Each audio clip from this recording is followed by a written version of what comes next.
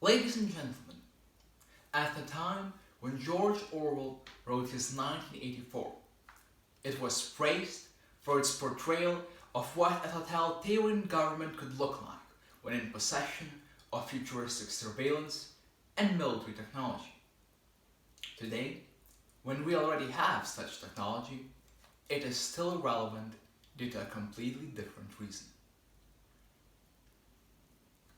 The extract that I chose for today illustrates the danger of the rise of the much more stable authoritarian governments that we have ever seen, which are motivated not by their desire to enslave people for the sake of wealth, but for the sake of enslavement itself.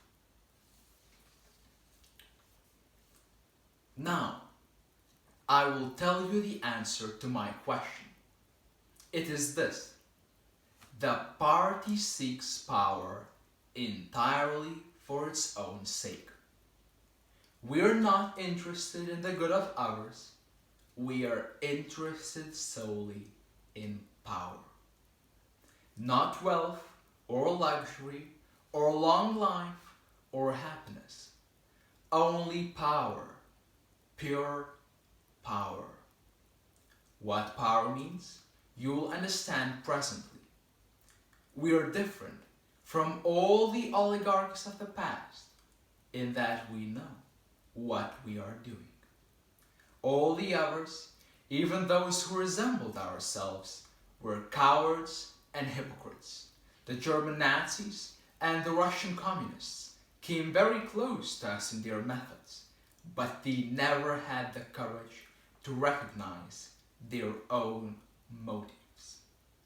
They pretended, perhaps they even believed, that they had seized power unwillingly and for a limited time, and that just round the corner there lay a paradise where human beings would be free and equal.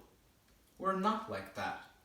We know that no one ever seizes power with an intention of relinquishing it. Power is not a means, it is an end. One does not establish a dictatorship in order to safeguard a revolution. One makes the revolution in order to establish the dictatorship. The object of persecution is persecution. The object of torture is torture. The object of power is power. Now, do you begin to understand me? Winston was struck, as he had been struck before, by the tiredness of O'Brien's face. It was strong and fleshy and brutal. It was full of intelligence and a sort of controlled passion before which he felt himself helpless. But it was tired. There were pouches under the eyes. The skin sagged from the cheekbones. O'Brien leaned over him, deliberately bringing the worn face nearer.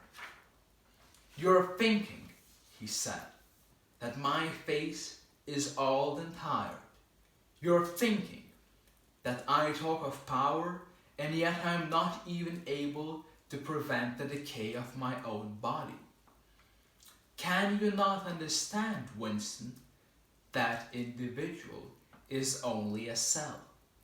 The awareness of a cell is the vigor of the organism. Do you die when you cut your fingernails?" He turned away from the bed and began strolling up and down again, one hand in his pocket. "We're the priests of power," he said. "God is power. But at present, power is only a word so far as you're concerned. It is time for you to gather some idea of what power means. The first thing you must realize is that power is collective. The individual only has power insofar as he ceases to be an individual. You know the party slogan, "Freedom is slavery." Has it ever occurred to you that it is reversible? Slavery is freedom. Alone, free the human being is always defeated. It must be so, because every human being is doomed to die, which is the greatest of all failures.